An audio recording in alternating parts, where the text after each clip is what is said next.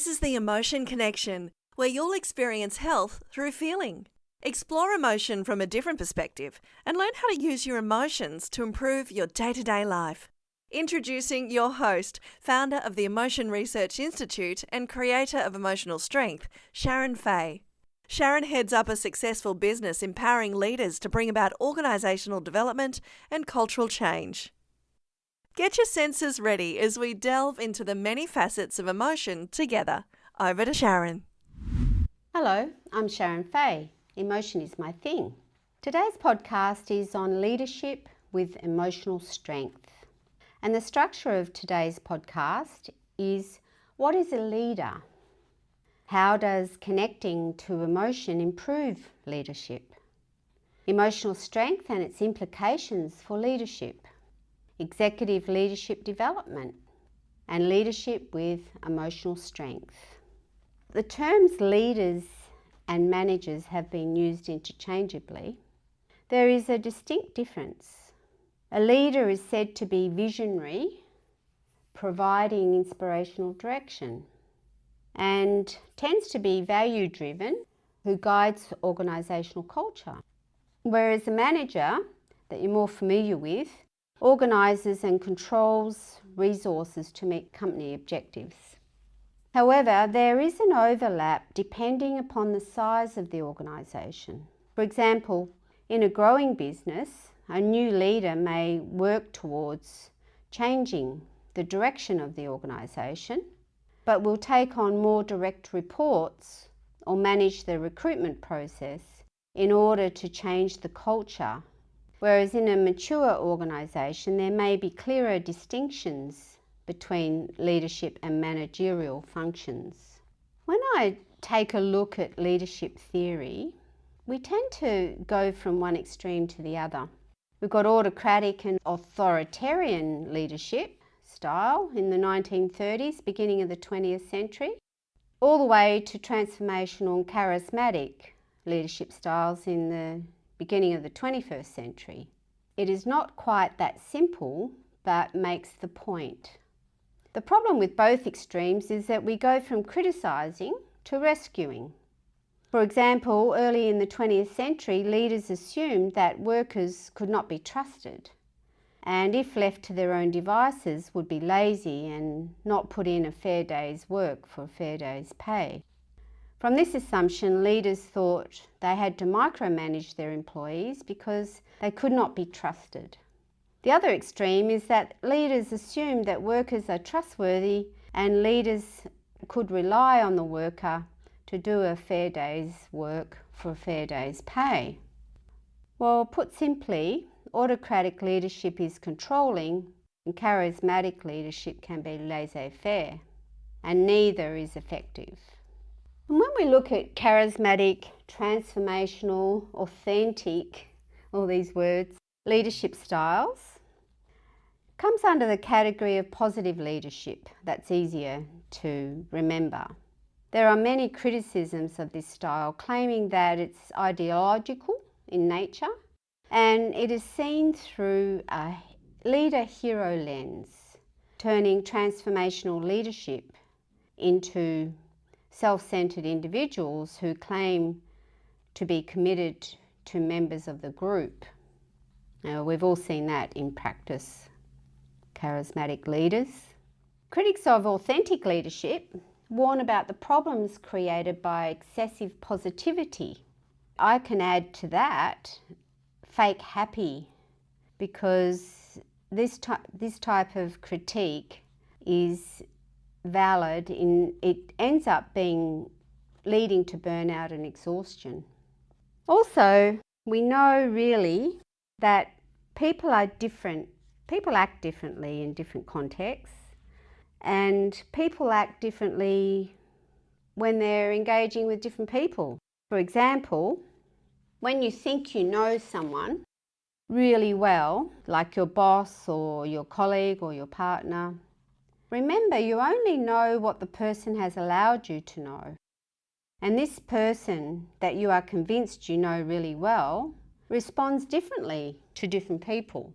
But when we think we know someone, we think that person we know is acting the same way with everyone, and they're not. Everyone is responding differently to each other in the moment. How does connecting to emotion improve leadership? Well, connecting to our emotion is paramount to examining our life. And remember, Socrates said, an unexamined life is not worth living. So successful leaders need to examine their own lives, not only to develop self-awareness, but to identify their underlying assumptions that remains unconscious for most people. Learning how to connect to emotion challenges the judgmental concept of positive and negative emotion. Emotion is neither good nor bad, it's just a judgment. And when we're in our body, we can feel everything. Emotional strength and its implications for leadership. I've mentioned emotional strength many times, and I'll continue to do so. But it's developed into a philosophy, a strategy, a framework, and a model, and it will continue to develop as time goes on. And remember that emotional strength is defined as the ability to respond in an open and vulnerable way in the face of intense emotional experience. Feeling one's way deeper into emotion, which allows access to resources that drives our action. Now that's from my paper in 2018. Well, what does all this mean? A lot of academic jargon. Well, as you can gather, emotional strength is a complex concept, as emotion is, that requires a paradigm shift in thinking. For example, I was asked to present to a group from a global professional services firm. And before I presented to this group, my client, a senior executive in the firm, introduced me to many employees, and I was struck by the overwhelming welcome that I received. So when I started my presentation, I shared my experience with the audience and explained that I had never really received such an awesome welcome. And the faces looking back at me were beaming with pride and joy. And I described this culture as a nice culture. And then I asked the hard question, what is the problem with a nice culture? And there was silence. Because in a nice culture, people are so preoccupied with pleasing each other and being as pleasant as possible that they avoid tough conversations. So no one's really telling the truth. They avoid speaking up to their colleagues for fear of reprisal. They worry about getting someone offside or being disliked. They avoid becoming ostracised or being the target of hurtful gossip. They don't want to hurt someone's feelings and fear the pushback. There are many reasons to explain barriers to people speaking up and telling the truth. And the unspoken contract becomes, I won't tell you if you don't tell me, and we will live happily ever after. Executives are also worried about upsetting their staff, and they avoid having performance reviews, which they're required to do every year, because they don't want to upset anyone in case they are reported to the HR department, which happens quite often, unfortunately. So the impact of this level of avoidance is that the firm suffers from complacency, yes, underperformance, boredom. It's a poor learning and development culture, and management are not getting the best out of their people. And over time, there's a subtle decline in market share that just erodes away, and profitability. Now, intuitively, this leader knew his executive team was suffering in this nice culture, although he couldn't articulate it clearly, but he had a sense of people suffering in silence.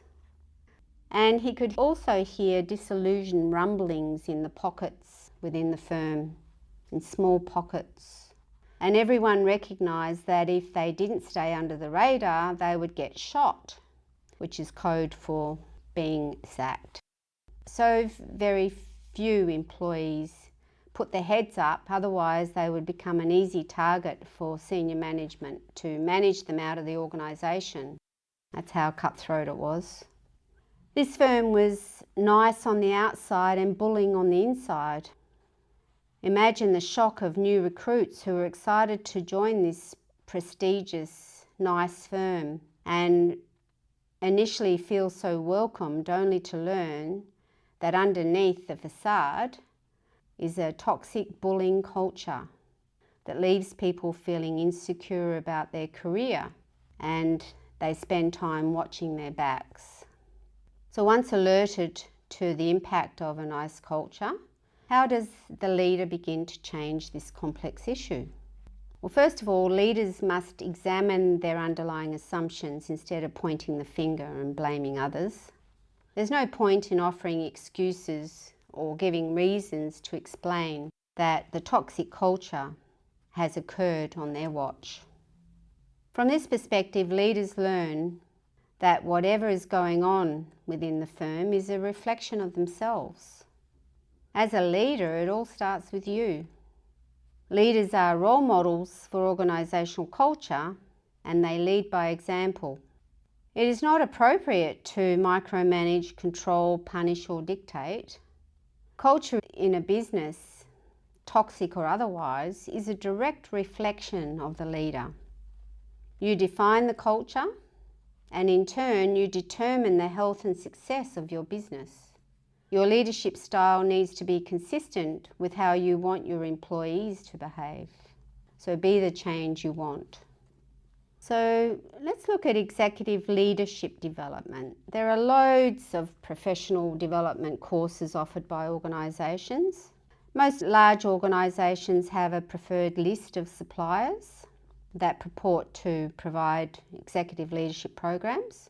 But are the leadership training providers really getting to the source of the executive issues such as underperformance, abrasive communication style, high staff turnover, or addiction problems?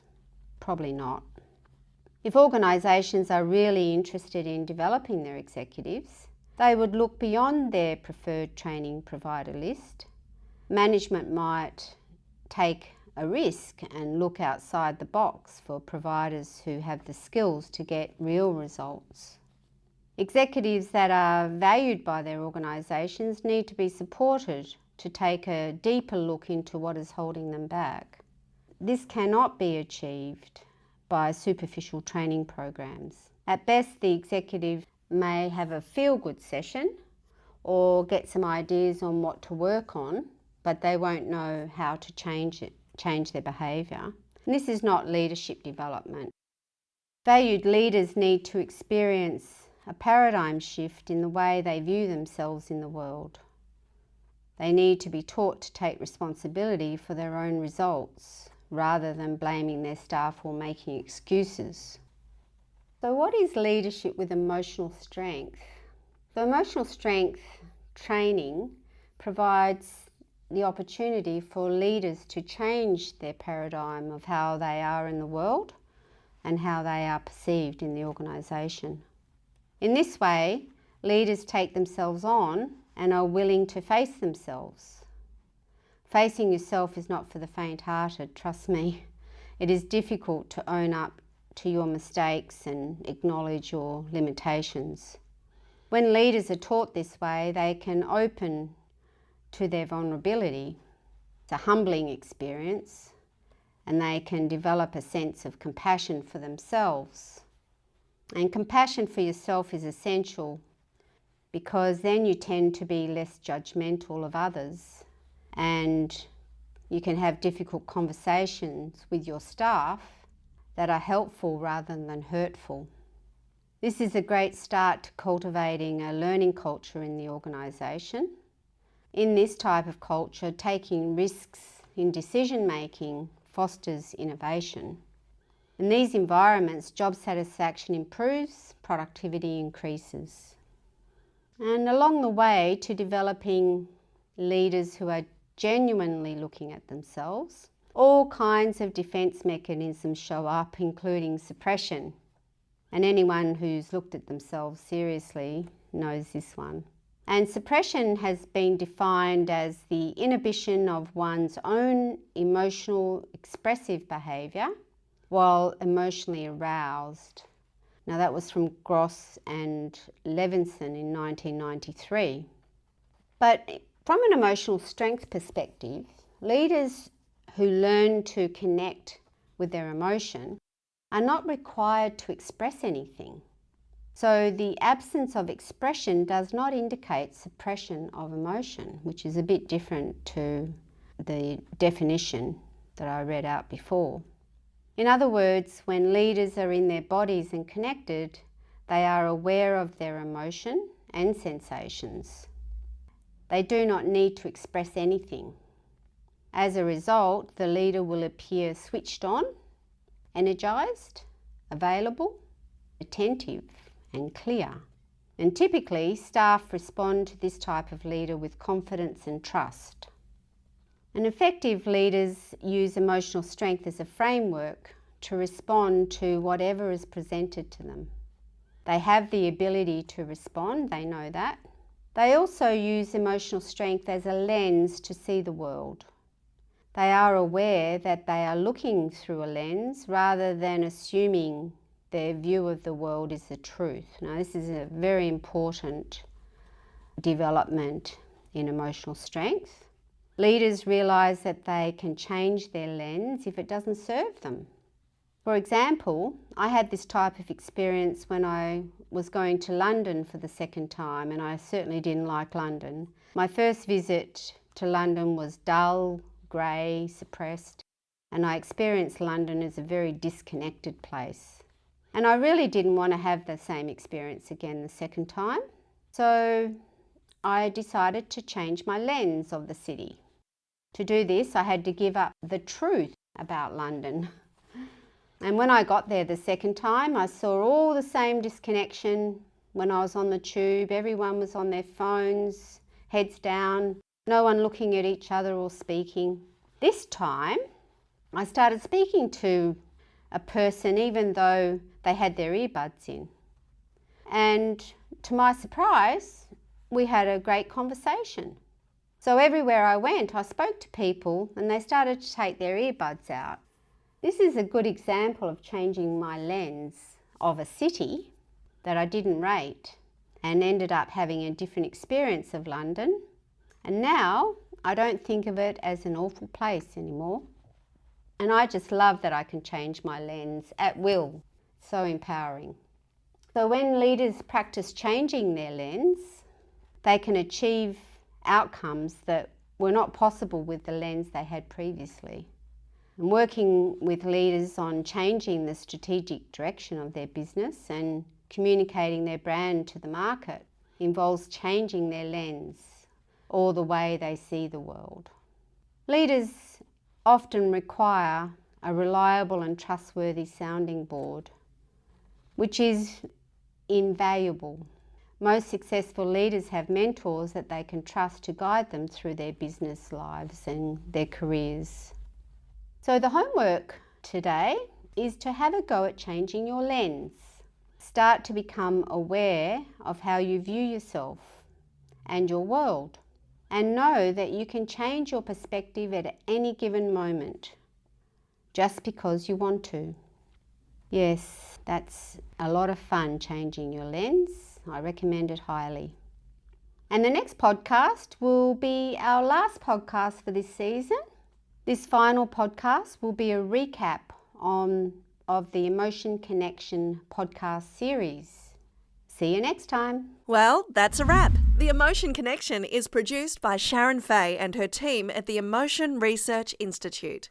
With a vision to help people feel, this is just one way we're spreading the word.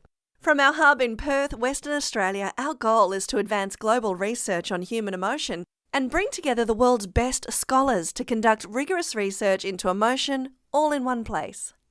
Would you like to help? Do you have feedback or suggestions? We'd love to hear from you. Visit emotionresearch.com.au to get in touch, sign up to our newsletter and learn more. If you'd like to support our work, make a donation. Remember, your generosity fuels our vision and contributions over $2 Australian are tax deductible. See you next time.